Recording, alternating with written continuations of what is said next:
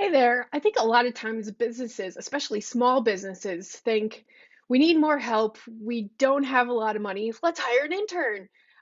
And while I understand that line of thinking, hiring an intern can take a lot more energy and time than you might initially think. Because in order to have a successful experience for both the intern that you're hiring and for your company, you're going to have to do some legwork and sometimes even a little bit more training and legwork than you would if you were hiring a full-time employee. So, here are 3 questions to ask yourself when you're considering maybe we should hire an intern. What would that look like?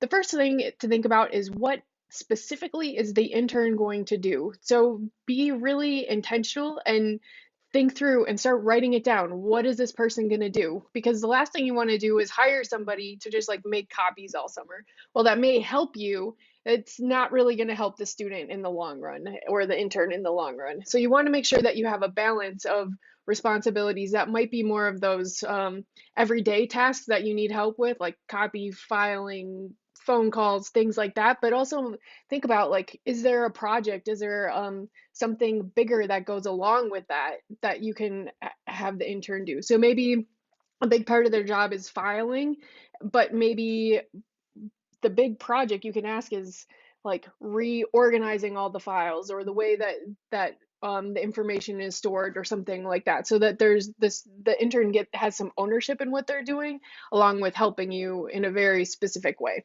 The second question to ask yourself is, do we have the bandwidth to hire an intern?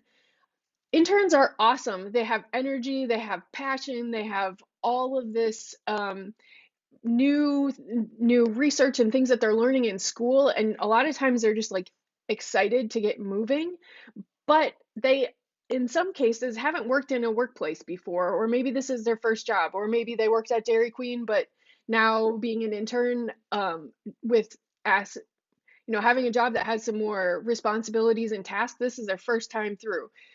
And again, it's so cool to work with an intern and help them understand that process. But in order to do that and have it be successful for both you and the intern, somebody on your team is going to have time and energy to mentor that person. So the intern might ask a lot of questions at the beginning or every time they get a new task. And that's not because they're not capable, they're just probably trying to understand. And this might be a completely new situation for them. So you want to make sure that everyone on your team is going to have the bandwidth in order to help that intern be successful so that you can do the training so that the intern can successfully help your organization. The third question to ask yourself is, can we afford to hire an intern? So again, you're paying somebody on your team to do some of the mentoring, and that's going to take time and resources to do that. But also, can we afford to hire an intern? So and part of it is, like, can you pay for a new laptop? Can you pay for the computer access or the program access that the person is going to need in order to really help you to be successful? The other thing to consider is, can we afford to pay the intern? Because I am a really big believer in that you should pay people to help you in whatever capacity that you can, but it also needs to be, um, like a worthwhile investment for both of you, because interns are bringing intelligence, they're bringing smarts, they're bringing passion to your organization, and they're bringing an outside perspective, which is really important and valuable, and showing the interns that you value them by paying them is a really big deal. And also, interns talk. People talk amongst themselves and let people know what companies are good to work for or not to work for, what experiences were successful or not successful, where they got paid and where they were treated well and places that they weren't. And that is going to make a difference in the long term if you're thinking you're going to hire maybe a summer intern and then an intern in the fall or even next summer.